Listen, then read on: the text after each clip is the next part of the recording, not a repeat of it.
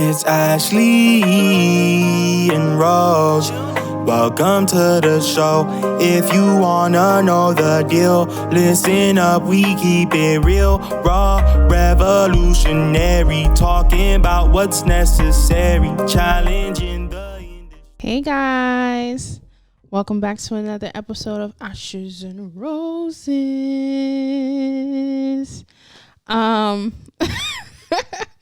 Welcome back, guys. You already know the deal. We keep it real, raw, and revolutionary. Do not be shy.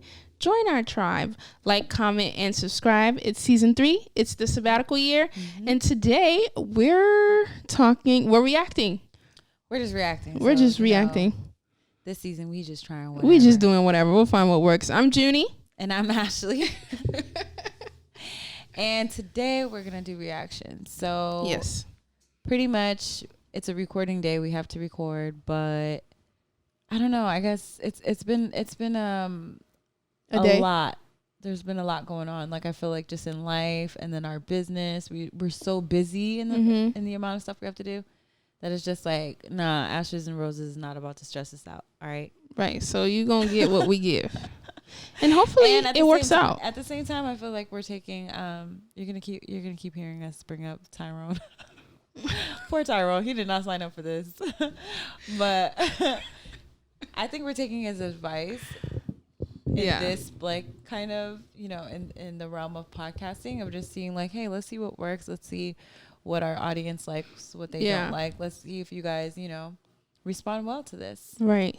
And if you've been listening since episode 1, go ahead and drop in the comment or something how many times we've said Tyrone this season. Okay. All right. Yeah. So the reaction that I have for us to do, I'm not excited about it, but I mean, you may not even care, but you know Dana Chanel, the girl whose app so she's getting sued. Yeah, she has like a lawsuit. A new one? I think it's like still the same one, but I think like now the state has caught wind of it, so it's like the state is suing her. Oh. But here's the news. Let me just let the news people tell it. At 5, a social media influencer with nearly 800,000 followers now has the attention of the Pennsylvania Attorney General. A lawsuit alleges that Dana Chanel ripped off the same community she claimed to care about. Friday night, the big story on Action News is the legal troubles for a South Jersey woman who's made a name for herself on Instagram. But she's now being sued for not delivering on what she was promising in those posts. Action News reporter Annie McCormick live in Center City tonight with the full story. Annie. Yeah, well, Rick and Shari, according to the Attorney General's office, she ripped off several people, including a nonprofit. And those victims went beyond victims just from Philadelphia because of her wide presence on social media. In fact, we talked to one woman who is a victim who lives in Arizona. Social media influencer Dana Chanel has nearly 800,000 Instagram followers and her own YouTube channel. But Chanel, whose real name is Casey Oliveira, is now facing a hefty lawsuit filed by the Pennsylvania Attorney General's office. The AG says she violated consumer protection laws. The victims claimed they paid for services they never received. Oliveira operated companies named Credit Exterminators, later rebranded as Earn Company, and a mobile app development service called Alakazam Apps, and the victims got nothing in return. Oliveira's father, Nakia Rattray, and her sister Cassandra April Oliveira are also being sued. In a statement, first, why they gotta do her like that? Why are they showing these videos while saying all this stuff? So her name isn't even Dana? No. They have I guess social media personas. See, so is my name even Juny? I know, right? That kind of makes me wonder, like, wow, so this whole time you could just like do business under a whole alias, I guess. Yo, I'm gonna come back as a whole nother name. That's what I figured. I was like, man, one day I'm just gonna have to trash this whole name all again. I know. Actually, you know, in other places I'm not known as Juny. You know what that? I'm saying? Right, yeah. Okay. Attorney General Josh Shapiro said, quote, Dana Chanel built a following online by presenting herself as a Black woman-owned small business success story. Shapiro added, that bothers me. The way that they said Black woman to own success story. And then they said presenting herself. Not that she is, but she's presenting herself that way. Does she not own multiple businesses that make money? Scamming, yes. But is she necessarily scamming them? If she's taking their She's money allegedly, it's an allegation. An allegation. So it's not even, they haven't even proved it. Can you imagine? Bro, it could have been us. It could have been us. If we didn't have cameras, we would be scamming the seniors too, right? Yeah. But wasn't she like promising an app to them? Like they would build apps for them? I don't know what is what is actually going on. You know what I'm saying? Like, we don't really know the details. I don't know. I've never signed up. So for me, it's like, I guess at the same time, I'm a little biased because I watched this other video too. That kind of was like, if you really think about it, right? Other companies sometimes don't follow through on like what they promise. Mm-hmm. Do you go and sue those companies? Do you hear about these companies on the news? Like ABC News picked this up. You know what I mean? Like, you don't really be hearing about stuff like that all the time. Yeah. You know? Unless it's like something like super just crazy. Yeah. So I don't know. I don't know what's going on. I'm just guessing probably that crazy like with this hat. I'm guessing that you know, there's some unhappy customers, but I heard there was, at the same time, there was like a whole page that was like talking about, I have all kinds of thoughts about this. and she ripped off the same community she claimed to care about. Hollywood talent agent Tiana Jackson said she was duped after seeing Oliveira not only on Instagram, but also at industry events. I had $500 taken from my accounts, and they took that money before we had a valid contract. And she utilized this faith-based approach and ripped off a lot of good people. It's disgusting. Today, we rang the doorbell of Oliveira's Sewell, New Jersey home and knocked on the doors of her North Philadelphia offices. No one answered. But Oliveira did continue to post on Instagram today. All the Chrome Apple LED sets are 25% off. Good. Now, Rick, to be clear, these are not criminal charges. This is a civil lawsuit filed by the Attorney General's office. They are asking for restitution, but there is no cease and desist filed, which is why she's allowed to continue to operate on Instagram like you just saw. For now, reporting live in Center City, Annie McCormick, Channel 6, Action News. Rick? All right, Annie, thank you. Phil. If what? If there's no crime committed. I get because the citizens complained to the Attorney General. Oh. I see. Yeah. So you can just do that. What? A complaint to the Attorney General, And then they go and sue them? Yeah, on behalf of the citizen. You don't remember being threatened with that? I didn't know they were going to go through the Attorney General. Yeah, they mentioned Attorney General. Oh, word? You don't remember that? Oh, How you don't remember that? How you don't remember that? I just don't remember the Attorney General part. Yeah, you need to go back to that message, because was it you that sent the message where you were like, I think pretty much we were like, hey, we have more documentation than you do about what you did. So go ahead. So we can go ahead and open our case too. I was like, please do. I would love to just talk about all the racial profiling. I know. I was like, what? That's crazy. They're like, oh, so Juny isn't the nice one. Surprise. Surprise. Okay. So, yeah. All right. So then I wanted to show you. So far, what do you think about? I think that's great. I feel like this has been going on for a minute, though. Right? Yeah. Like, but it's like now it has taken like another level. It's at another level. It's on the news. You know what I mean? Like, think about it. I how think hard this is hitting all of their businesses. I know. I mean, there has to be some level of validity to her businesses if she's still out here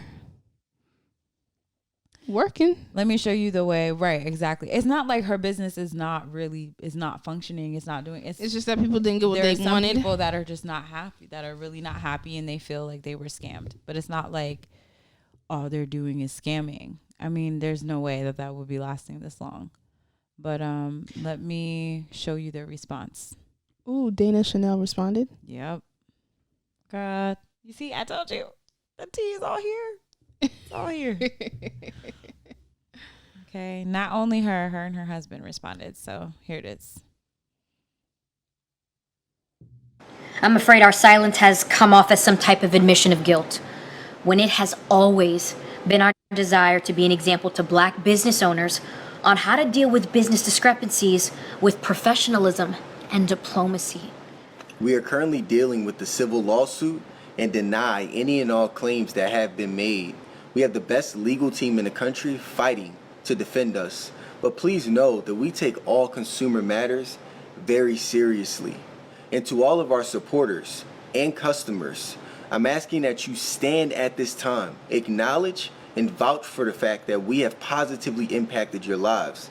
And also have confidence in the fact that you can patronize our businesses and receive quality service. With that being said, we also wanted to bring forth another solution to our community, the Black Business Review Board. We are actively vetting professional men and women to not just fight for the entrepreneur, but fight for the consumer so that we can create a safe place for commerce.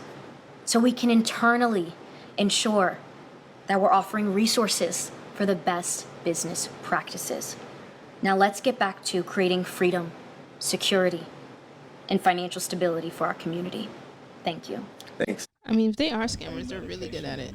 We first want to. There's no way. No, they're not. But that's pretty smart, though. It sounds like they got a PR. They got a real good PR person on the case. They got an Olivia Pope that wrote that down for them, because it was very strategic. It was like, here's the problem, we're acknowledging it, and here's a potential solution. Here's the solution, and join us. Here's the mistake I think they made.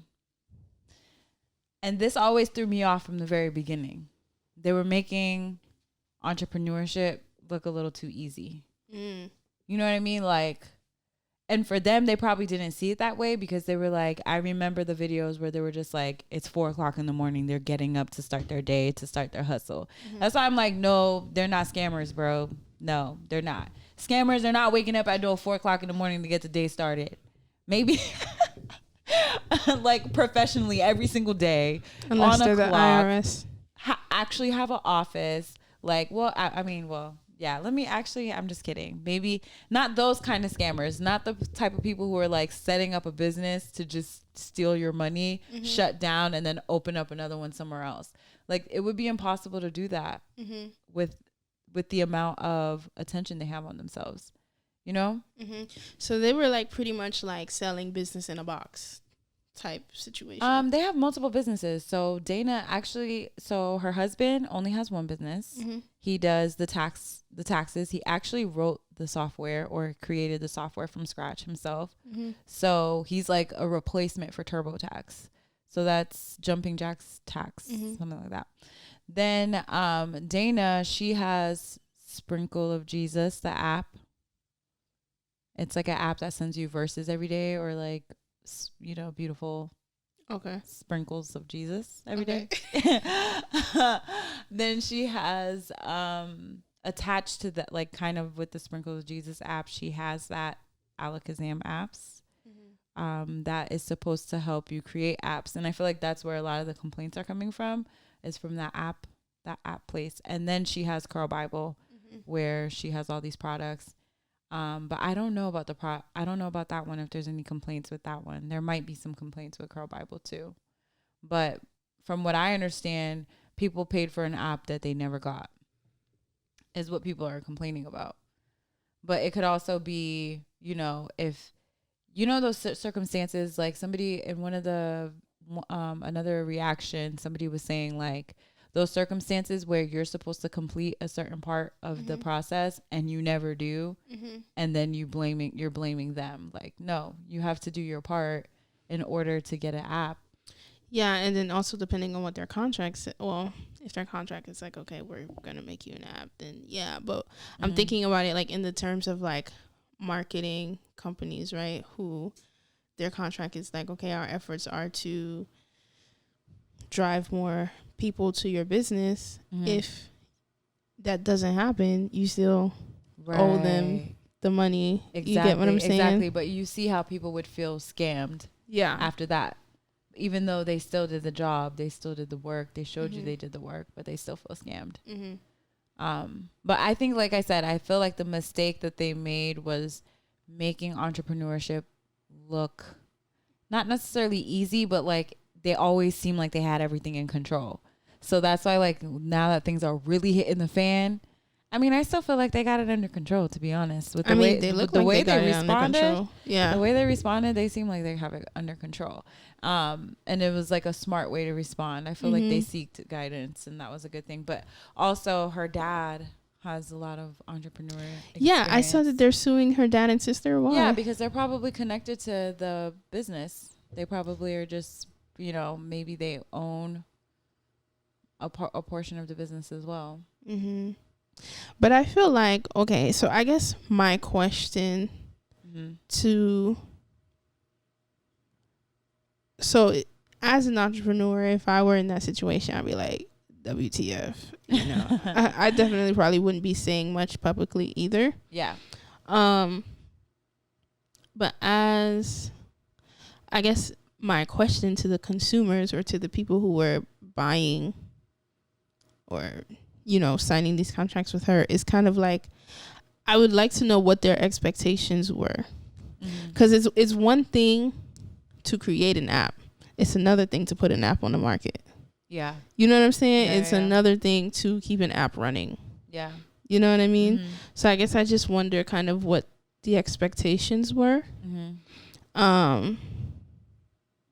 I think this would happen no matter what. You know what I mean? Like, once you start to get such a huge amount of people, you're gonna disappoint a percentage. Yeah, you're gonna disappoint some of them, and some of them are. And then and if you grow too fast too, sometimes the systems that you have in place are not ready to handle that capacity. You know what I'm saying? Like, if we've been operating as, you know, 1 to 50 employees, and then all of a sudden now we got 500, we're like, whoa. Somebody, you're definitely, you know what I mean? You're probably gonna, I mean, somebody gonna get mad. It's gonna be easy. It'll be easy for that to happen. Yeah. It's so easy. The thing is like, until you're an entrepreneur, that's when you realize, like, you think that entrepreneurs have all these perks and stuff like that, and the government supports them and stuff, and they do. Don't get me wrong. I think that there is that. But then there's also, like, there is so much liability that is taken on. And, like, I'm just thinking about, okay, so as an entrepreneur, I'm thinking about if I were in her shoes. I'm on social media, and my product is just spreading like wildfire. Now I got to rush to hire people to be able to handle the capacity. In my rushing to hire, maybe I'm not taking the time, right, that needs to be taken with each person. So I'm just looking at, you know, a certain checklist, but that's part of it too. You know, it's because they're the face of the company. Everybody wants to be like, you know, they're going to sue her, but you're thinking maybe somewhere down the line, someone dropped the ball. Yeah. I mean, that's what it has to be. You get what I'm saying? Because I doubt that she was the one sitting and creating these apps. Yeah, no. Yeah. So I just think like so much goes into it when you're growing at that capacity, and then, you know, being able to have people on your team who are able to handle like the additional workload. Yeah. I think too, you know, it's just a lot. It's just a lot. Like, you know, the ball is going to drop. I mean, it's unfortunate. You never want it to end up in court.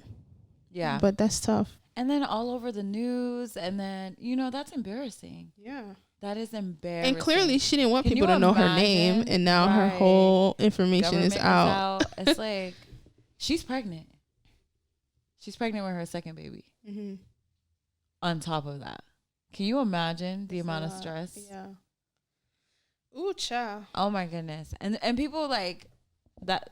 I don't know. Like entrepreneurship is not the easy route at all. And then like, okay, so you have these people who are unhappy, right?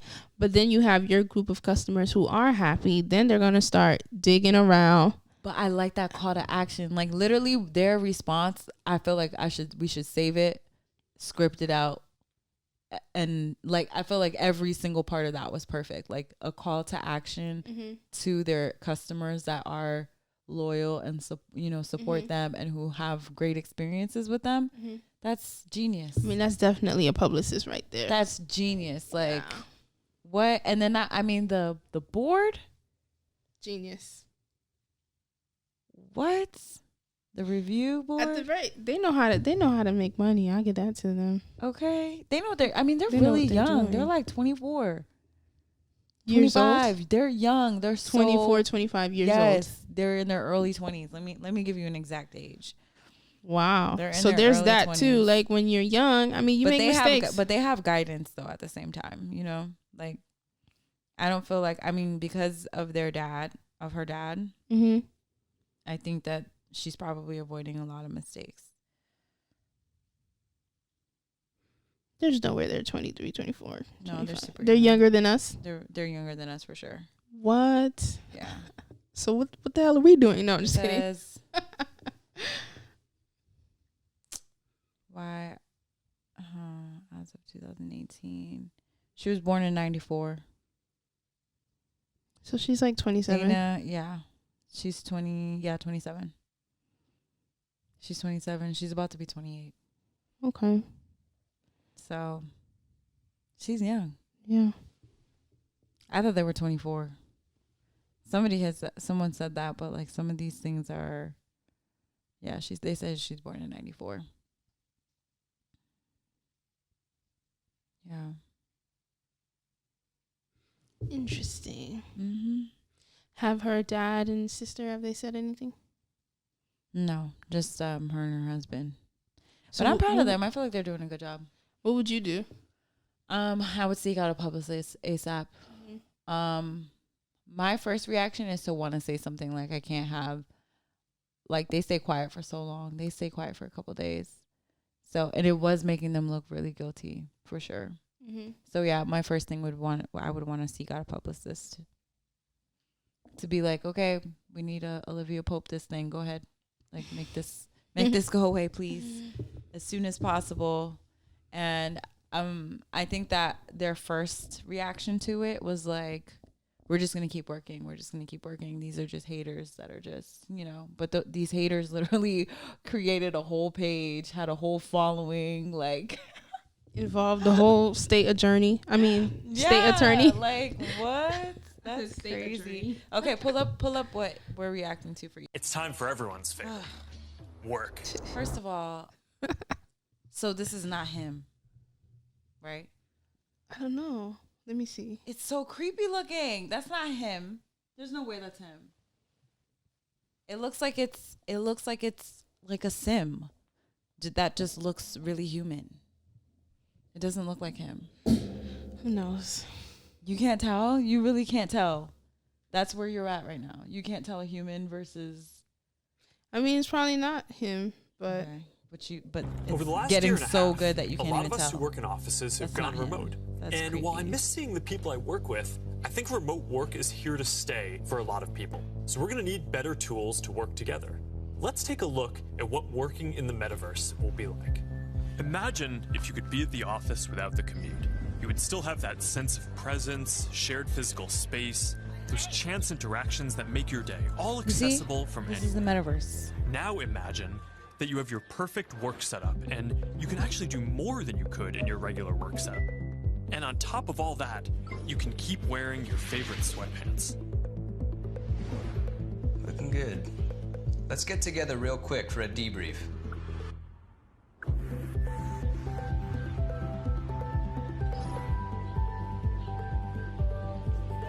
I'm free now. Let's jump in. Hi. Hey. So what do we think?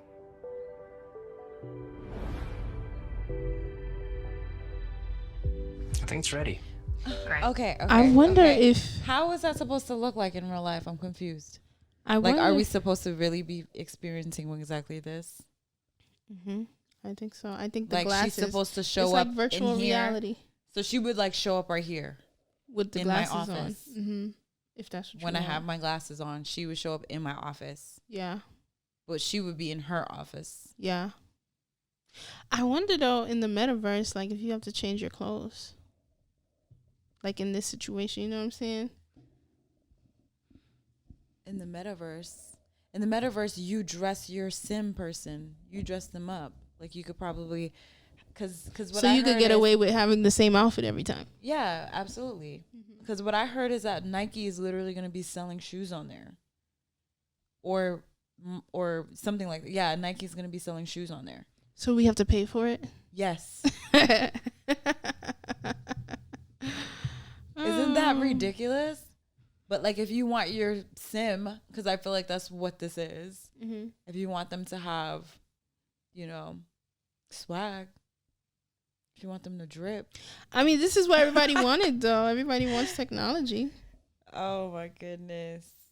Everybody wants So you technology. see why those NFTs are probably going to be something that is meaningful in the metaverse. Because that's how you'll pay. Because think about it, pieces of art that they want in these metaverse offices, are they going to want? What is this about to be? Is there going to be like a metaverse bar? But you're not even really drinking. Yeah, but you get to still go to happy hour from your room, from your office, your home office. That's not attractive to me. But what would you be able to buy? I don't know. That'd be a mess. I'll prep it for the presentation. All right. Good luck. Imagine a space where you can tune out distractions and focus on the task at hand. And when you're ready to share what you've been working on, you can present it as if you're right there with the team. Okay, so it's the glasses. Wait, where's Mark? I think he's in the middle of something. You can already see some of these elements in Horizon Workrooms, Oh, so he which we is real. launched a couple of months Oh, ago.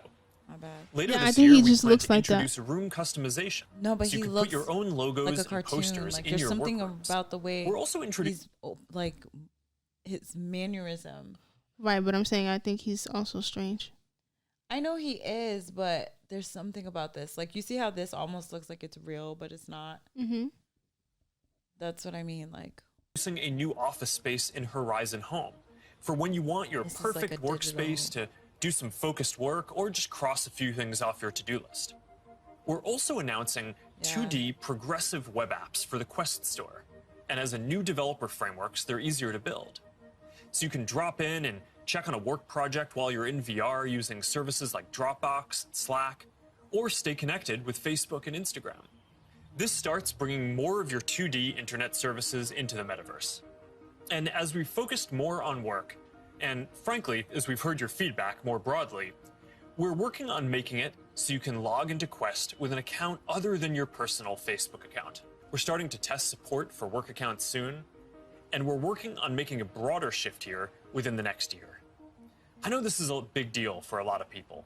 Not everyone wants their social media profile linked to all these other experiences, and I get that, especially as the metaverse expands. especially as Mark is kind of crazy, yo. Like with all the stuff you've been doing with our data.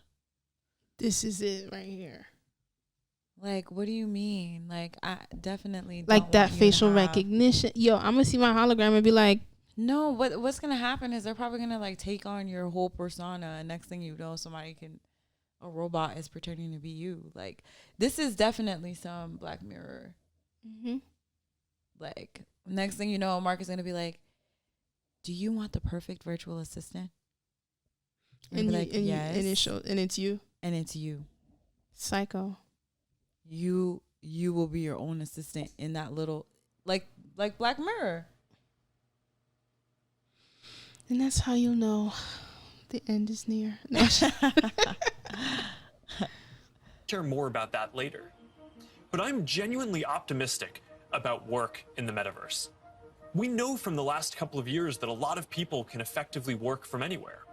But hybrid is going to be a lot more complex when some people are together and others are still remote.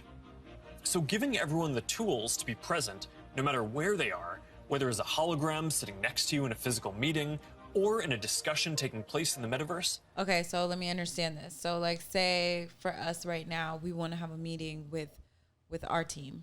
Mm-hmm. Okay. So we are here present here in the office.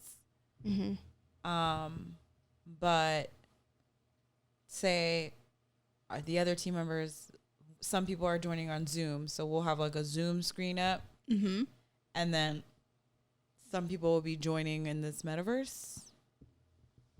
So my understanding is that it's all the metaverse, right? So you sign in, like you log in and you're within the metaverse. So my understanding is that the whole work operations would have to be on or Including in Zoom. Is it on or in? Including Zoom. Yeah. Either on or in the metaverse, whatever. So everybody has glasses on. Is how I'm understanding it.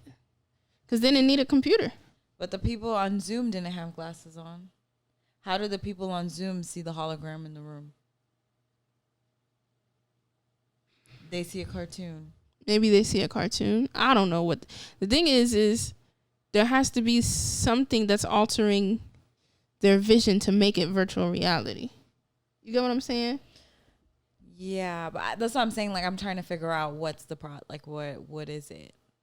What is it exactly? But maybe they're seeing it through the lens of their computer screen, because it's like their computer will have the ability to, whatever. So the computer will see the cartoon and then they'll be on Zoom. Yeah. Yeah. And then the people that are in the office can have their glasses on and then they'll be able to see the holograms. Yeah. But who is being hologrammed? How is that person being hologrammed? I feel like if you're on the metaverse, it's probably you're going to have a hologram. Holobackgram. So is it like a cartoon hologram? Like, I still don't get it, though. I don't fully get it. And it seems like you don't fully get it either. I don't. Okay. So why hasn't he explained this well enough? That's going to be a game changer. I think this could be very positive for our society and economy. Mark, I think I don't trust you, dude. Like, just the way he's even talking, I just don't trust him. Oh, no. I actually think it's Mark's body and something else. What do you mean in real life? Mm-hmm. You think an alien took over Mark? Alien, whatever we want to call it. I just think he's strange. He's not simple. He's not a simple guy. I wonder what he wants. What do you want, Mark? He wants our data. It's like we got to go back and watch that Facebook movie. And something about that character makes me uncomfortable that he has this much power. Something about the character in the Facebook movie. I mean, if he was really coming from a Mark place, like if that's really how Mark is, like just the way that he moved, there was something about the way that he moves that I don't feel comfortable with him having that much power over people's information and their data. Like, he seems like he definitely will sell it. It's not even about selling, but it's just like he'll do whatever he wants to do with it because he can. It's like, you know what it was about his character? I felt like his character was like feeding off of like power, off of, That's what I'm saying. He's like, because he can, just because he can. It's probably all went to his head now. Yeah. Because it's like, okay, he's Mark Zuckerberg. Like, he's the person to beat. You get what I'm saying? To get to this spot where it's like, okay, I have all of this power and access. How do I get more? Yeah. You know what I'm saying? And here's the weird thing. Like, his personality in the movie is not the personality that he has right here. Right, because right here he's trying to be like this likable. He's antisocial. Yeah. He's trying to be like this likable, like, I can just sit and talk to you and I want what's best for the world, and I think I'm just bringing solutions. And don't get me wrong, I think he is this is a solution. But I don't really, like, you're not being real. Yo, you're what's crazy? fake. what's crazy is he created, like, what if this was the end? This was always the goal. Facebook was just the vehicle, right? So he gives us Facebook, and we're just like, oh my gosh, this is great. And he's like, wah, ha, ha, ha, ha, like evil. You know what I been mean? Planning this the whole time. Like the whole time. No, I think they were pleasantly surprised at how much information they were started to get from Facebook. Like, I think it was a growing thing. Right, but everything, like what I've learned is that everything in business is calculated. So that means before we see the end result, they had already marked it. They already, you know what I'm saying? They already analyzed and projected that this would be the result. Yeah. You get what I'm saying? So it's just either yes, we met the benchmark, or we didn't. You get what I'm saying? Yeah. And I feel like there are masterminds like behind. I mean, I could definitely see, like, because even in the movie, you see like how other entrepreneurs influenced him. Mm-hmm. And how he moved about his business based off of how whatever entrepreneur was around him. Mm-hmm. We really have to rewatch that movie again. But because I don't know, I know we didn't watch it together, but I'm just saying, like, just based off of I've actually never watched it. You've never seen it? Nope. You gotta watch it, man. When you watch it, you're gonna be like, "Yo, Mark Zuckerberg, he's crazy." I believe that he's crazy. He like stabs like people in the back, like, you know, at some point it's like even his business partner, he's like stabbing in the back at some point, and I think he had to like, he ends up giving him like a portion or a partial, you know, part of the company or something like that. But it's been a while since I've seen it. But yeah, just looking at the way that he's acting right now, it's like those are not the same people. Vibes. Yeah. No, this is an Giving AI people who has access to learned what jobs people in like. more places, no matter where they live. That's probably why it's not him. This is probably why it is like an odd animated. I feel like this is animated. But he's done interviews too, though, like himself, because since dropping all of this stuff, he's done interviews. Talking about, you know, metaverse, and there was a picture that he took in front of the metaverse sign, and I remember looking at it like, this dude looks very strange, like kind of like he doesn't look real. Not that he doesn't look real, he just looks very strange, like his teeth were kind of fangy. He was just looking real. Be a big deal for spreading opportunity to more people. Dropping our daily commutes will mean less time stuck in traffic and more time doing things that matter. And it'll be good for the environment. Actually, if you travel for work, and working in the metaverse means that you just take one less flight My thing is each year. like, why do they want to keep us stuck at home? Because essentially, if everything is in the metaverse, you don't have to leave your home. Yeah. I don't know what could benefit from that. I don't think it's necessarily they want to keep us at home. I think that they know what's happening in the world, and we're going to be in a position where we all have to be stuck at home. Why? Whether it's whatever reason the government decides to come up with, whether it's COVID, whether it's the climate, whether it's a war, you know what I'm saying? Like whatever the government decides they want us to do next. And I guess Mark Zuckerberg is working hand in hand to make sure that, hey, even though you guys can't leave your houses and you're not really free, you can be free in the virtual world. Elon Musk is probably like, damn, why didn't I think of this? He probably gonna sell Tesla in the metaverse. He worried about another. He in another verse for sure. He's keeping the virtual stuff to Mark, but he definitely working on another planet somewhere. Clearly. Okay. Weirdos. Probably better than almost anything else that you can do for the environment. I think working in the metaverse is going to feel like a huge step forward.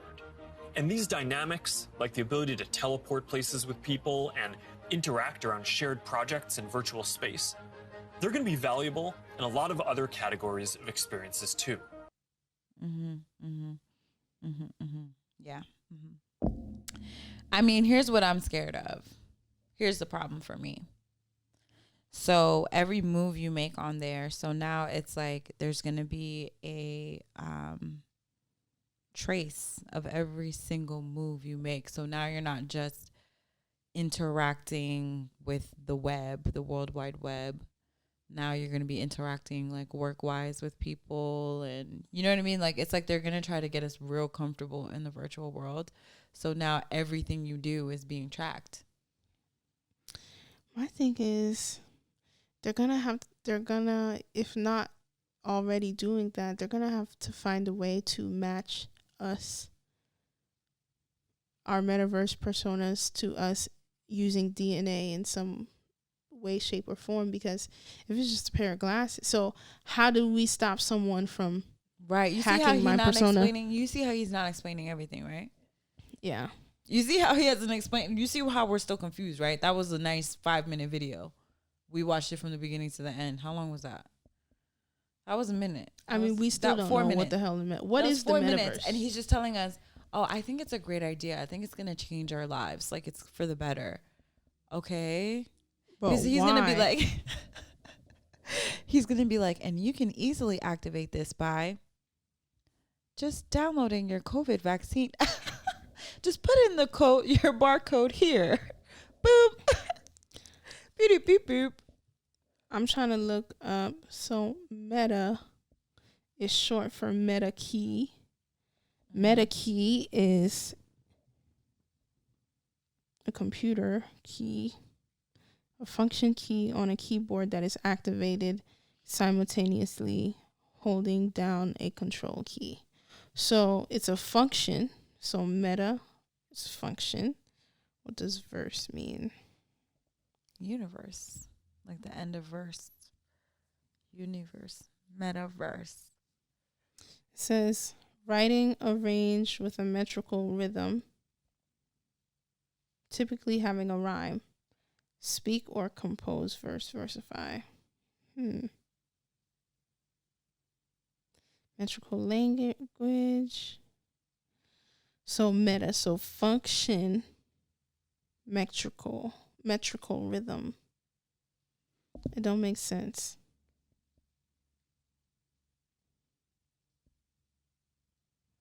It don't make sense. I feel like he's trying to say it's going to be a good idea and we should all join and all that good stuff. But what's going to happen is corporations are going to take it on. And if you want to keep your job, you're going to have to participate. So it says meta comes from the Greek prefix and preposition meta, which means after or beyond. When composed with words in English, meta often signifies change or alteration, as in the words metamorphic or metabolic.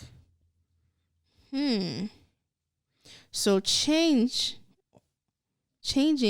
are beyond. I see. So the definition of a meta is a person or thing that is more than usual or that goes above and beyond.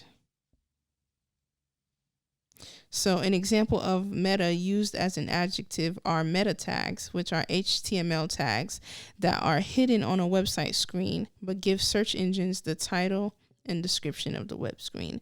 So essentially he's trying to turn us all into like, because what he understands is computers. So maybe he doesn't understand the human condition, right? Maybe he I think he understands. But maybe he understands, but he can't manipulate it. But he can. The human condition. I mean, the human condition, like the way that humans are conditioned to move. Like, he is manipulating it. Yeah, he's manipulating it. Now he's creating a space where he has complete control, where it won't just be manipulation. Do you understand what I'm saying? I don't know. This is all just speculation. Like, how will it be complete control? Because it just seems like, my guy, if we all have to exist on this metaverse, and if we have to somehow have our DNA tied to our person in the metaverse. Which he hasn't introduced yet. You're just assuming that it will. Bro, that's where it's gonna go.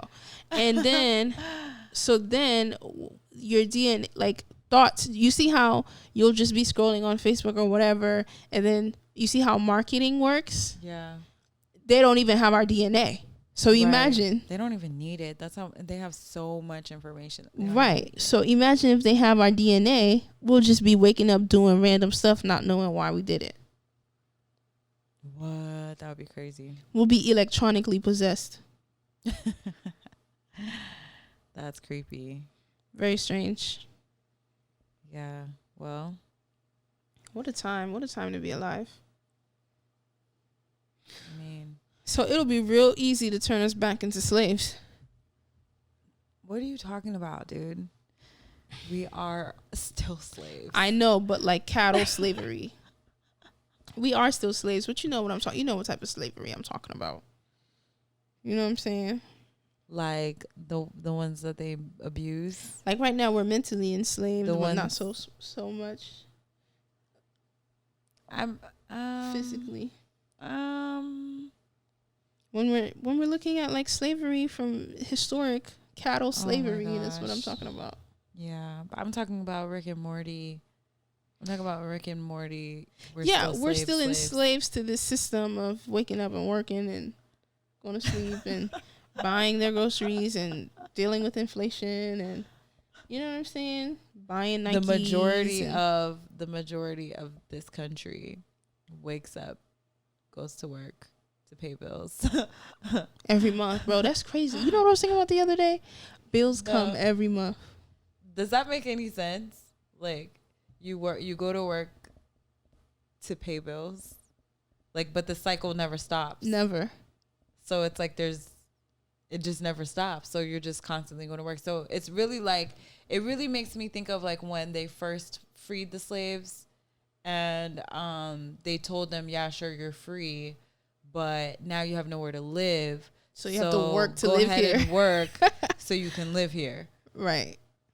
So that's pretty much still slavery. Slavery. That definitely is. Yeah. Like literally they just put money there so that to make it make sense. You know what I mean? But like we go to work to pay our bills and to pay taxes. So we're paying our government, but in order to pay our government, we have to be working. So I can't imagine what's going to happen after all this huge layoff, because if no one's working, how is the government making money? Right. So you say, so pretty much we never left indentured slavery. Girl. We're still there. Like the whole system was to make it seem like it's not slavery, but it is. Mm-hmm. That's all it is. Yeah. It's just like and they it's just like, put something in between it now. Yeah, they put something in between it, and now they're not, whipping us. So it makes us feel like we're free. Yeah, exactly. And then we have a choice which job, where you live. Yeah, you get to choose which job, which plantation. Drive. So it's just like it's slavery with perks. But benefits. But be careful. I don't want to compare it to the slavery back in the day. Like I understand that that's a whole separate thing. Yeah, that's cattle but I'm slavery. saying as far as like chattel. When you said turn us back into slaves, I feel like the idea is to turn us, like we're not necessarily slaves, but it's just about the workers. Like it's very important. As you can see, our economy wouldn't do very well if we did not have workers. Our country would not do well if we don't have workers. How would entrepreneurship be a thing if there's no one to work?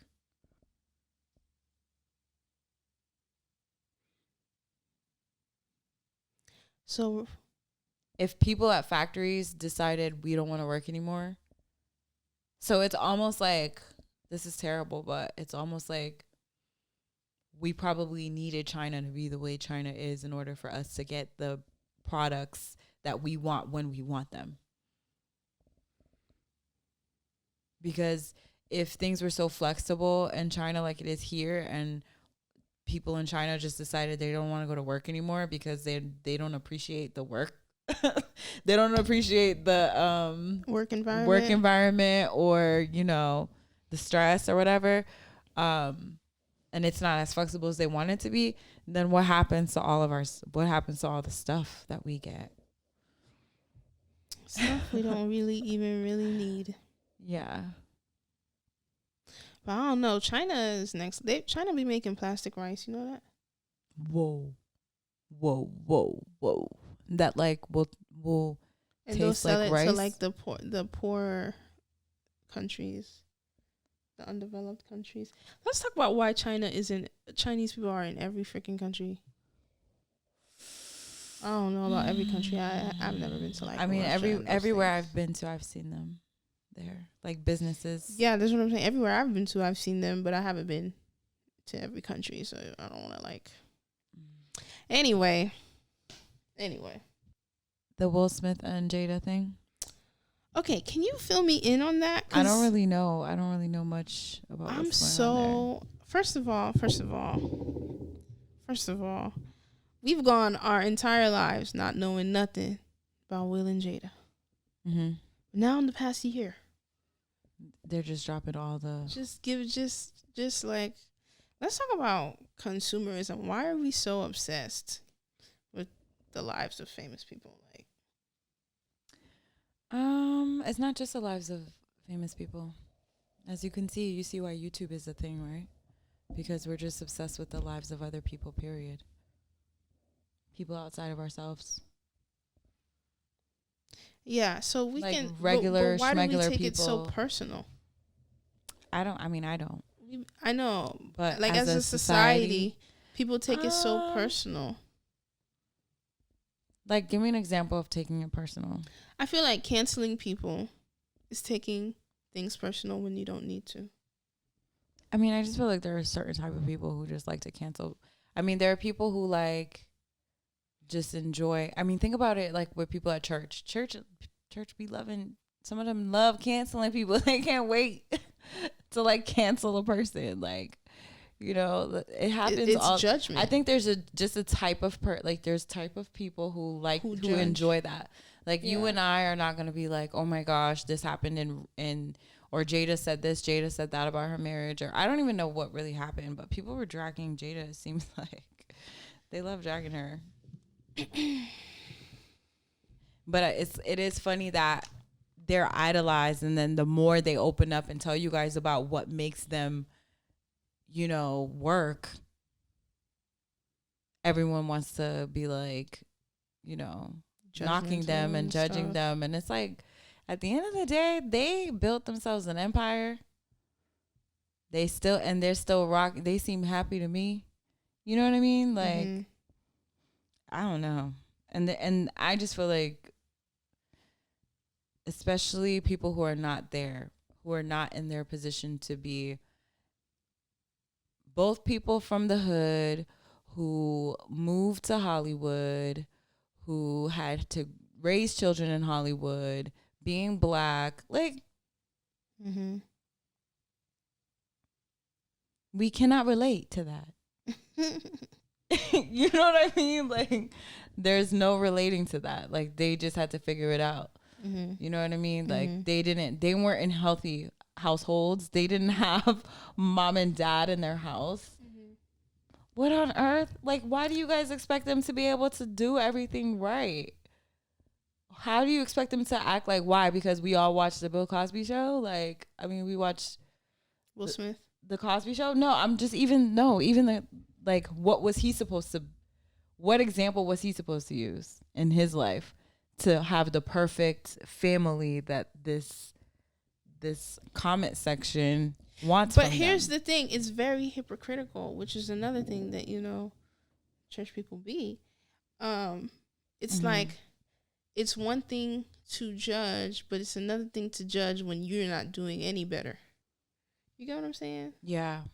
Like, you could be doing something that I may not choose to do, but for me to go out of my way to chastise you or condemn you when I ain't even married.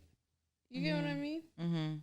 I just feel like it's strange, and let alone married for like decades. Yeah, I feel like it's just strange that people just care so much. You know what I'm saying? Like, And it's just like, okay, what else do you have going? Like, I would have to have nothing like that for me to get on the internet and just cancel this person because, you know what I mean? To take the time out of my day to write about a person's life. I felt like there was somebody that I wanted canceled before, but it was like, oh, you know what it was? When I watched the short film about the exonerated five. After I watched that film, I wanted that prosecutor canceled.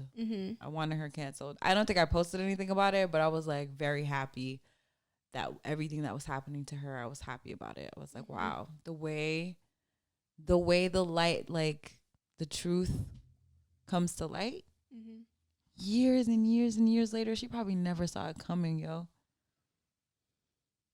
She probably never saw it coming. But yeah, that's the only time I felt like I was like, I want that person canceled. So and probably R. Kelly too. I kind of wanted him canceled too. So do you think like people wanting others canceled or wanting to cancel others is like a visceral reaction to an emotional feeling that they have based off of something the other person I think did? it's more like they feel like it's, well, for me, I mean, if you're asking me how do they feel based off of how I felt those 2 times about the cancel, it was more like I felt like justice was being served. Like you were being shady, you were being, you know, evil in a certain way, and then it was brought to justice. Like it was brought to light. Like you purposely were going out of your way to hurt people. You know what I mean? Okay, so then how do you feel about, I know you don't feel this way, but how do you feel about people who wanted or tried to cancel Dave Chappelle for like his comments and stuff?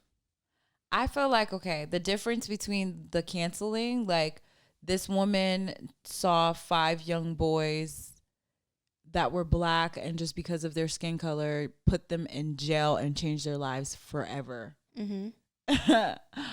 R. Kelly sees young girls with a particular pattern who want a particular thing, and he leverages his power and his status to get something else from them and take their innocence and change their lives forever.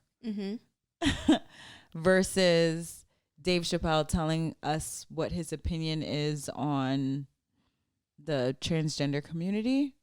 I don't get it. I feel like that's just, it's freedom of speech. I don't think that it necessarily, he needs to be canceled for it, because at the end of the day, comedians say a lot of, if that's the case, then we need to cancel comedians because they say a lot of offensive things. Was it offensive what he was saying? I'm not, maybe because I'm not transgender myself, I missed the part because I watched the whole thing. So after watching the entire thing, I'm like, did you watch the whole thing? I'm like, I get his I get what message he was trying to give. Like, he straight up says he has no issues with them. Yeah. So with the R. Kelly and the other lady, I forgot her name, but so there's a level of relatability, right? Because you can identify with the victims. A little bit more, yeah. Right? So this is what I'm saying is our desire to cancel someone, does that come from, is that a response to an emotion that we have that touched something inside of it? You get what I'm saying? I don't know if I'm saying it. Like, it's like because I can relate. Because I can relate. I just feel like, you know, when something was unjust, something unjust was done because of your power, because of your status, because of your money, you know? And so it's like, yeah, when that comes to light and people are like, wow, we thought you were a better person, cancel you, shit. Like, okay, you never watched Game of Thrones, man. How does it turn to Game of Thrones? Because there's this episode where Cersei gets hers. She gets hers, man. She's evil for mad seasons, like season after season after season. She's evil and she's winning, and she's just good at being evil.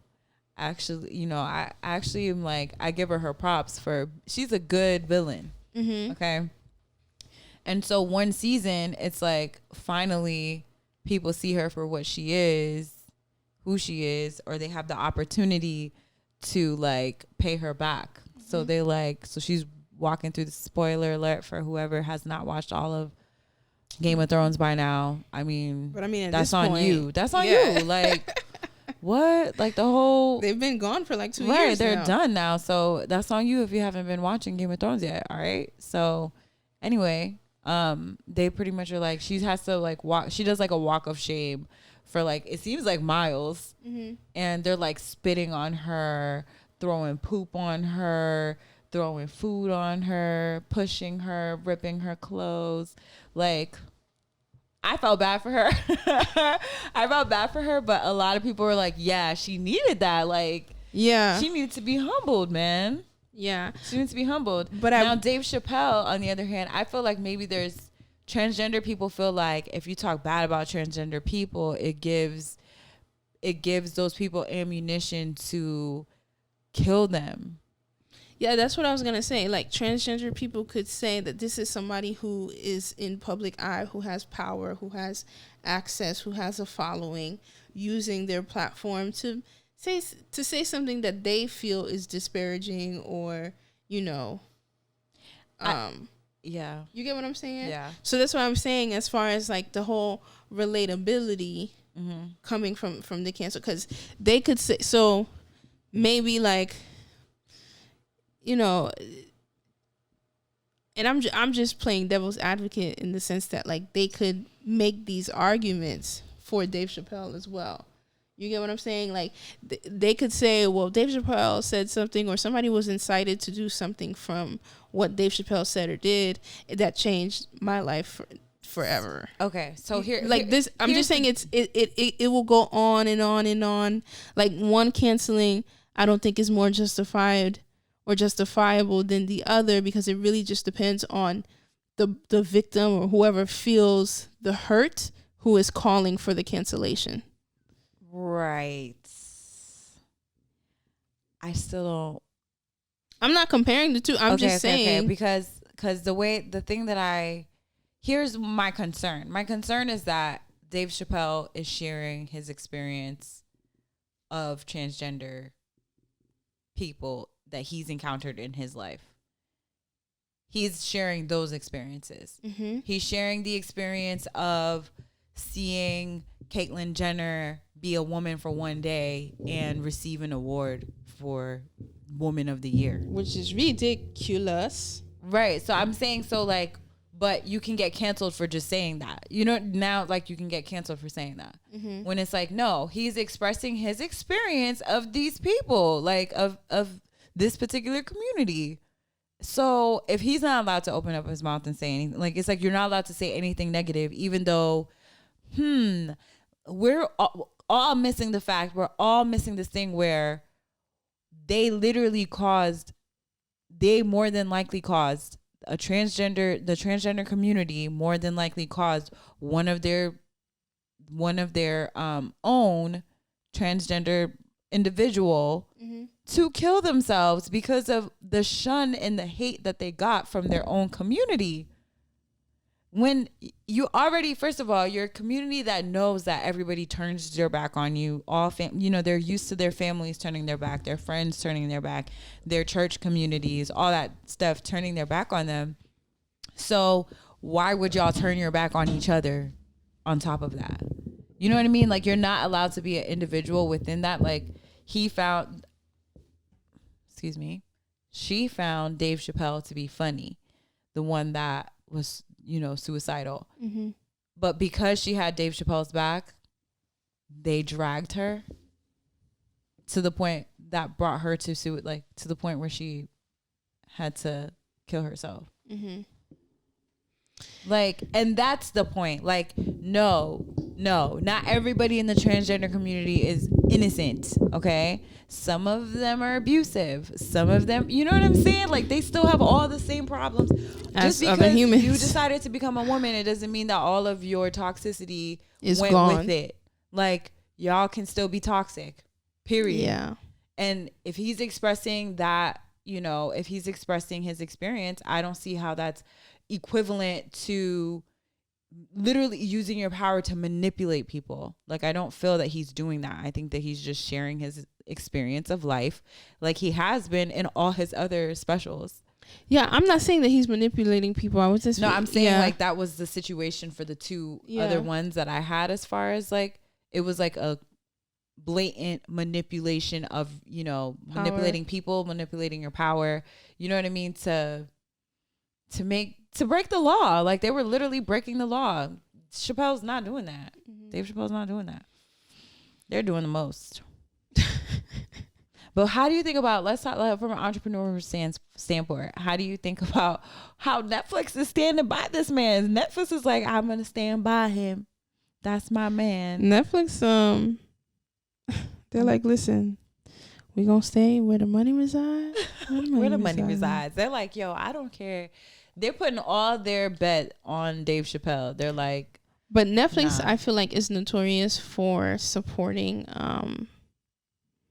they support a lot of voices. Like, Netflix, I feel like, is a space that a lot of different, there's so many different kind of shows, weird shows, all kinds of shows on Netflix. And I feel like that's kind of their brand. I don't feel like Netflix censors. Yeah. You know, and I'm down with that. Because it's like, okay. Because let's be honest, Dave Chappelle says things that people are afraid to say. Like, there's just these movements, I get them, and I feel like everyone should feel like they belong. Sometimes we're not going to, but it would be nice, right? But I feel like a lot of these movements work really hard to try to silence people who don't believe what they believe. You get what I'm saying? And I feel like the same, like, it's like you're wrong for still believing the way that you believe, right? You know, and this is coming from, you know, I'm a black person, been black all my life, and yeah, I don't like racism, but at the end of the day, if you white and you don't like me, that's okay. I'm not mad if you say it. I'm mad if you go and, you know, try to disrupt my life and change the course of my life because of it. But if you believe that black people are the scum of the earth, go ahead and keep that belief, my friend. Like, that's your belief. You know, I'm just saying, don't come and kill me because you believe that. Does that make sense? Okay, but do you feel like do you think that there would be able to be like comedy specials about it? No, because we silence it, because those of us because we don't really, like, freedom of speech is really like, you're free to speak as long as I like what you're saying. That's really what freedom of speech is. And maybe that's how, you know, the transgender community feels. Like, they're like, hey, if it was a white person speaking about black people and their experience of black people and being like, you know, not that Dave Chappelle said he was disgusted or anything like that. Like, I'm really trying to think. I don't know.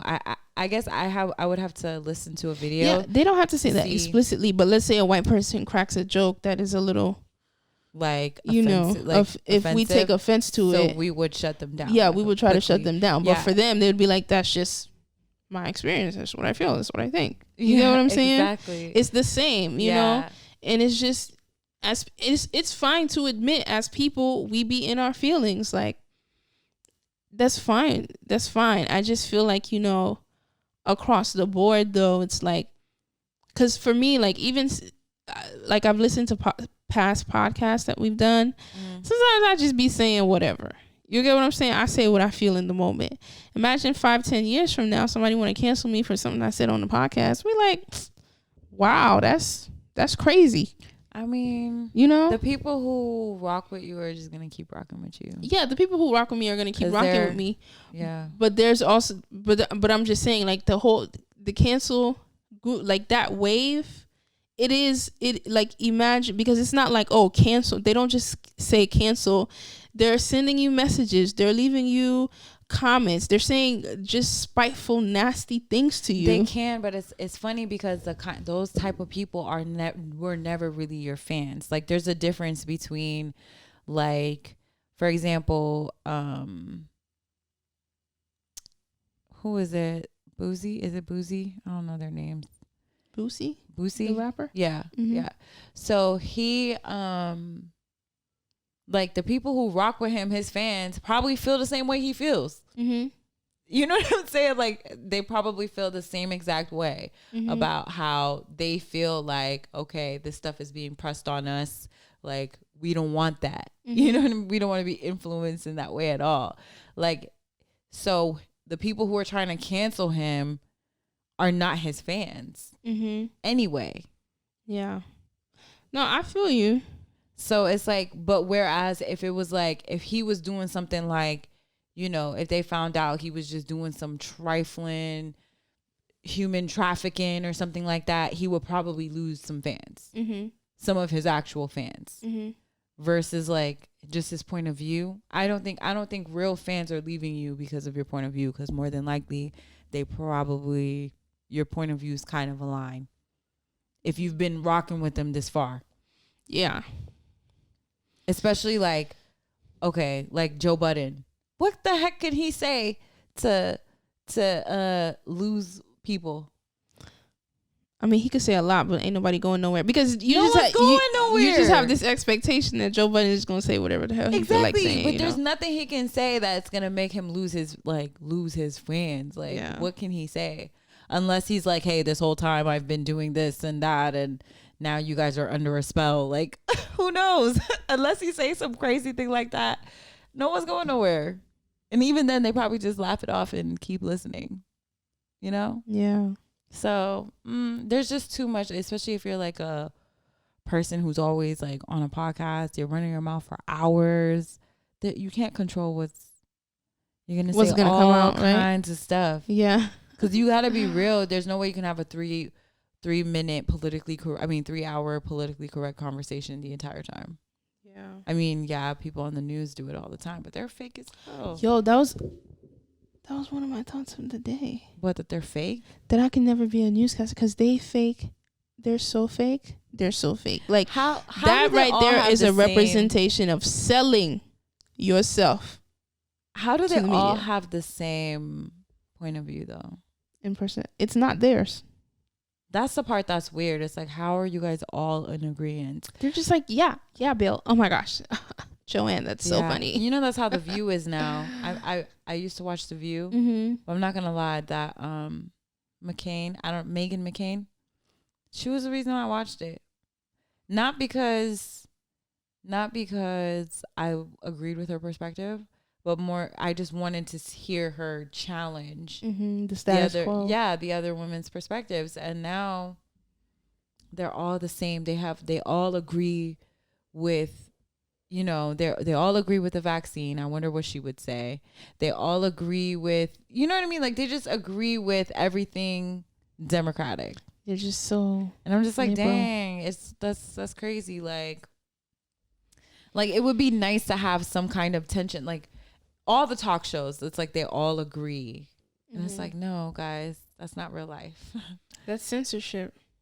Yeah, that's true. There you go. That's censorship. Like, there's no way they were going to be able to have her on the show talking about her real perspective on the vaccine. Even if she agreed with the vaccine, she knows people who don't. So she would speak for those people that don't. Like, I was watching, I think, Jenna and Hoda. I'm like, what the hell is this trash? Anyway, sorry. What is that? Hoda and Jenna. What Jenna is that? and Hoda. It's like Good Morning America segment. And they're just so fake. I'm sorry, but mass media is so fake. It's so fake. And they just put on these stupid fake smiles and they feed you all of the lies of the machine that is the U.S. media. It's fake news. They just act sure. Like Dr. Gupta was on The Breakfast Club the other day, and he was like pretty much he was upset because I think Charlemagne the God and what's the DJ Envy, they were talking about how like they don't feel comfortable giving the vaccine to their kids yet because they don't know the long-term side effects. Like, they're cool with taking it for themselves, but they want to wait for their kids. And So the doctor was just like trying to be pretty much like saying like, oh, why would you want to do that risk? Da, da, da. I don't really understand. Like people want to say they don't trust, why don't they trust the medical professionals? Like just trying to blame a whole bunch of things like why don't you feel safe to take the vaccine? Like we're telling you it's okay, this and that. And he was like, that's weird because y'all were really pushing for us not to take it before. When Trump was president, y'all were saying don't take it. Then, it's like you guys just keep changing the narrative. And the problem is y'all act like you're so sure every time. That's my thought, me saying that. It's not like they said it. But they act so sure. They be coming out like, no, don't do this. Yes, do this. This is great. This is awesome. And then later on, they're just like, oops. Unfortunately, they never say oops. They never say sorry. They just really just keep telling a new story. They just bring up a new story. Like, oh, for example, like I've said this before, like pretty much 10 years from now, they're just going to be like, some made up freaking disease that they come up with, some crazy ass name that they come up with, like COVID. Shabukalabaha. It's normal in children. Like they just start calling it normal, and it's like, yo, don't be telling us this is normal. 1 out of 10 children are born with shabulaka, whatever the hell you said. Yeah. Like no. How about you say as a result of the COVID-19 vaccination? Right, y'all just be acting like 1 out of 10 children are now born with shabukalaka, whatever. Yeah, they'd be like, women with uterus, are you having trouble having kids? Can you not bring out not one baby? It's normal. What? No, it's not normal. Birth control did it. The one thing the organ does can't do it. It can't do it, and that's normal. That's what it does. Man, it's the only thing it's there for. Yo, and it doesn't work, and that's normal. Did you know? I don't want to be wrong about this. I don't know. This might be a part 2, a 2-parter. Let me Google this. But the origin of Planned Parenthood. Were we in the same?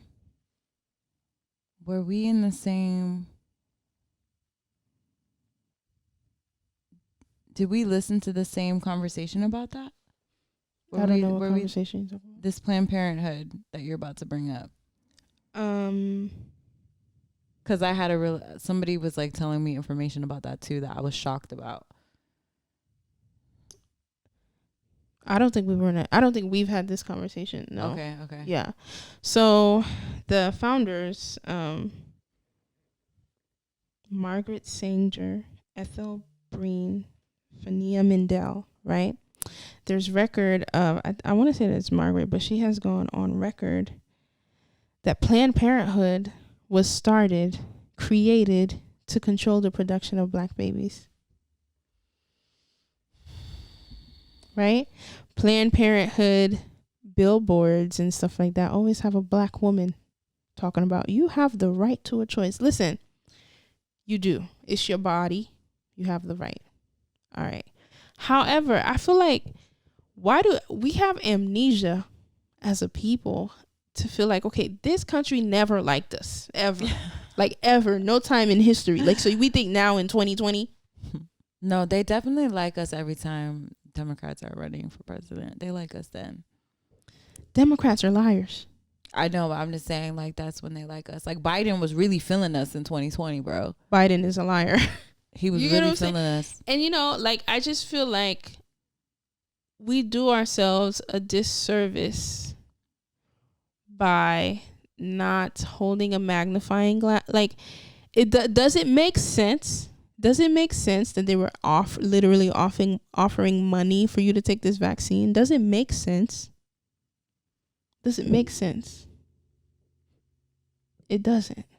Mm-hmm. You get what I'm saying? Mm-hmm. And does it make sense that, blacks are just always, we're just always the demographic that is affected the most? Does it make sense? Mm-hmm. When the reason why they enslaved us was for our physical ability, our agility, mm-hmm. right? Mm-hmm. For our strength. Mm-hmm. You know what I'm saying? Does it make sense that if we were so good if our bodies we're so useful, then why would it make sense that every disease known to man, we are the leading demographic dying from it? It doesn't.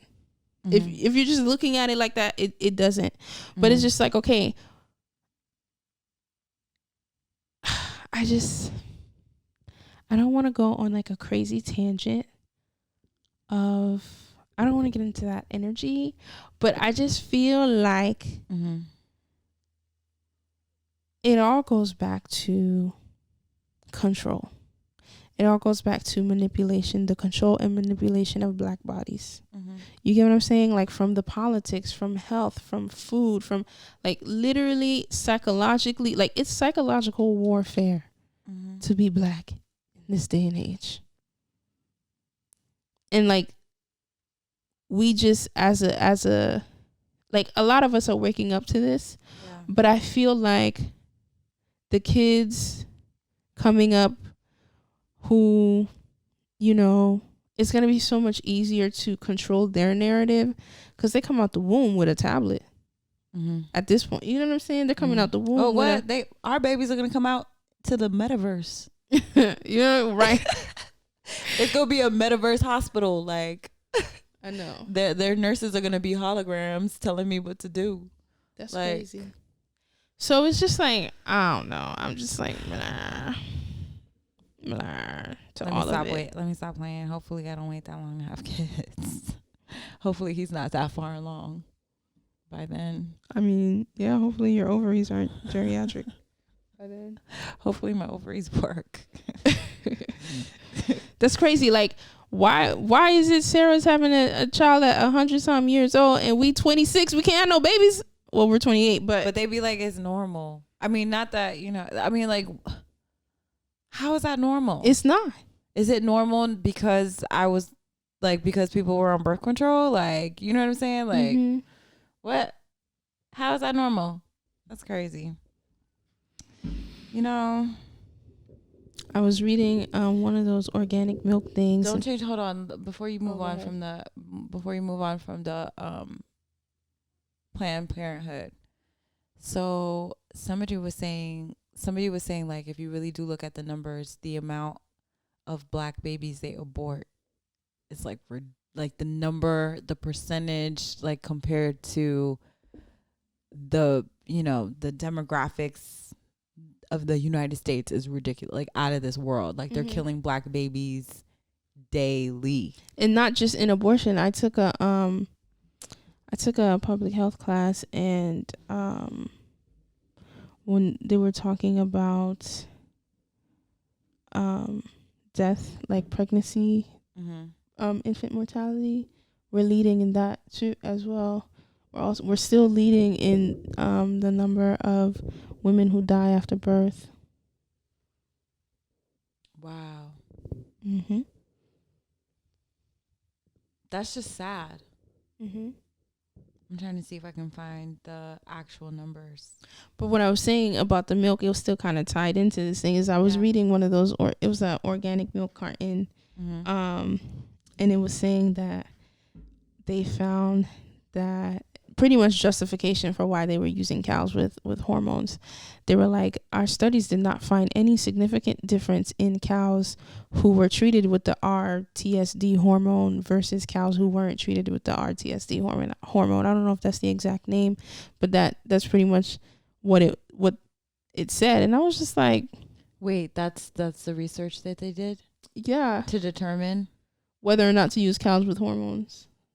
Like cows who they've like treated with hormones. Oh, that they didn't see a significant difference in what? The cows? In the cows. Like, yeah, the difference isn't going to be in the cows, Sherlock. What about the difference in us? They didn't, you know what I'm saying? Oh my So gosh. you remember when we're conspiracy. We should call this podcast conspiracy. Yeah, Ashes and Roses Conspiracies. I mean, are these conspiracies? I feel like we're just speaking facts right now, no? Like that whole Got Milk campaign. Yeah. Yeah. You know what I mean? Promote. It was to help promote farmers. They needed to support farmers at the time. So that's what they did. That's how they did it. Right. I mean, and then the farmers needed to produce. Genius. Yeah. But the farmers then needed to produce in even greater quantity. Mm-hmm. You know what I'm saying? Mm-hmm. Hence them having to now use hormones. Yeah. And now we're taking these hormones in, and all of a sudden, like, we don't know what the effects of milk. Like, half of us are freaking lactose intolerant.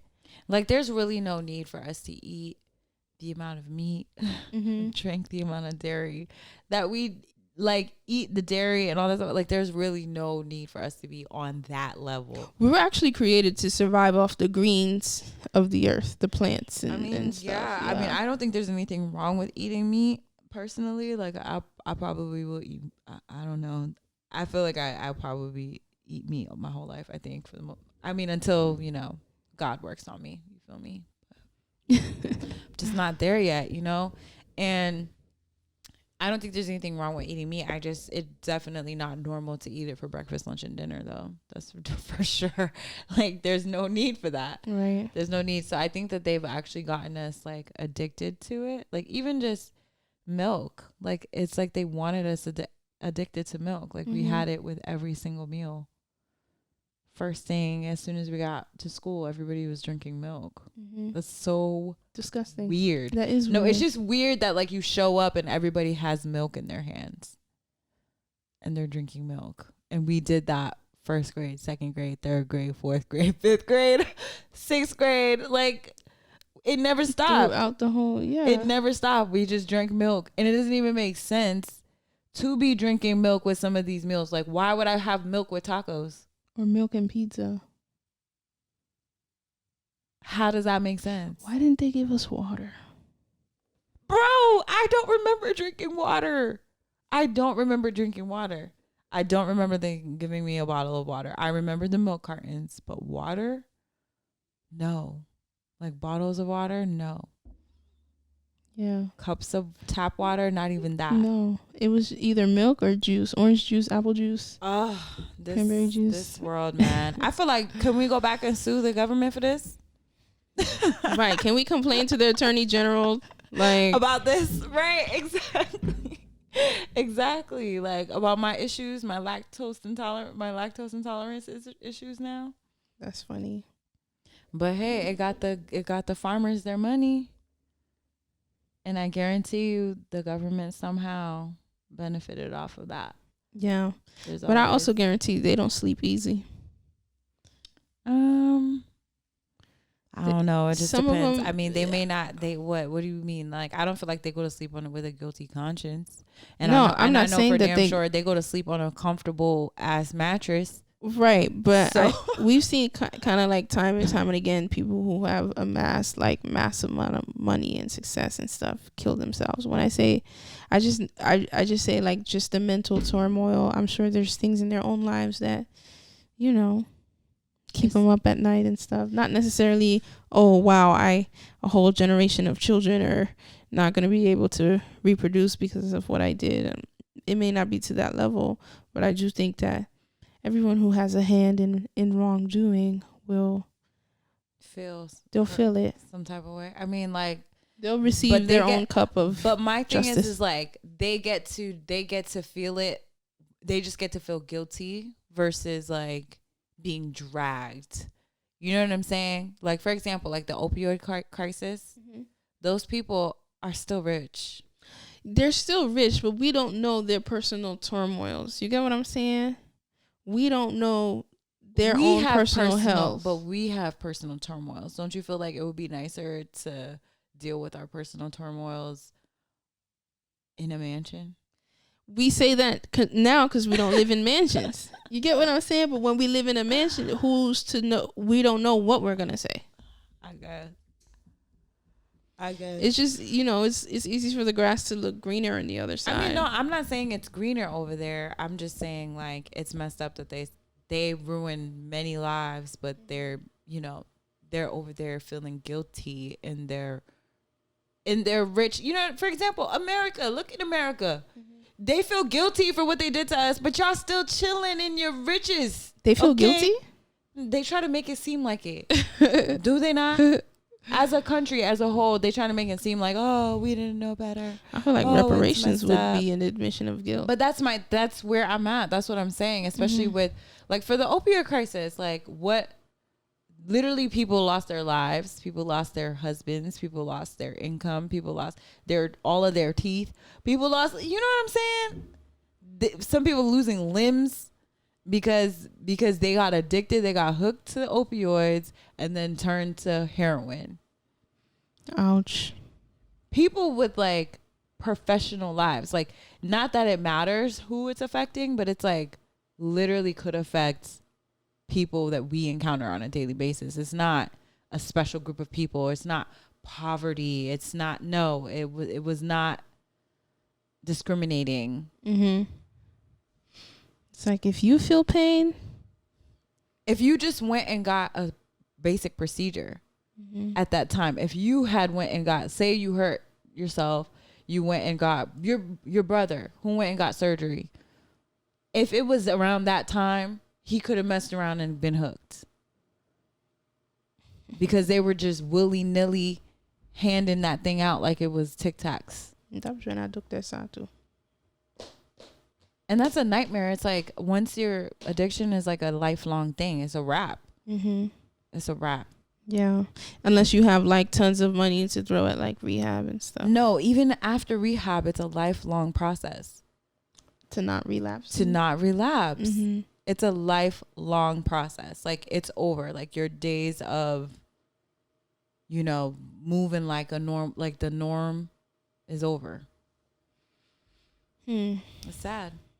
Interesting. Yeah. Okay, so that was our reactions for the day. That's pretty long. Rants and reactions. Let us know how y'all feel about it.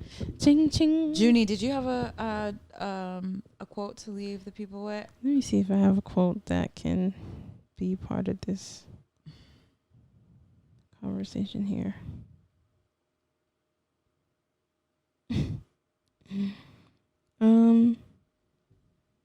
Maybe. Do you have a quote? No. I mean, I'm gonna drop this quote here. It may or may not relate, but who cares? My quote is: wealth is the ability to fully experience life. That is by Henry David Thoreau.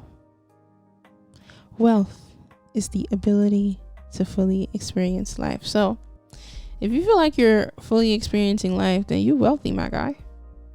I think I am. We wealthy then. So yeah, thanks you guys for joining us on this episode. I know it was a long one and it was a little bit of this, a little bit of that. But if you're interested in those kind of things, you can always find us on Spotify, Apple, and Google Podcasts. Like us on Facebook and follow us on Instagram and Twitter at Ashes and Roses Real. See you next time. See you next week. Your full potential, promise if you stick with us, we will help you be successful. No, this life is stressful.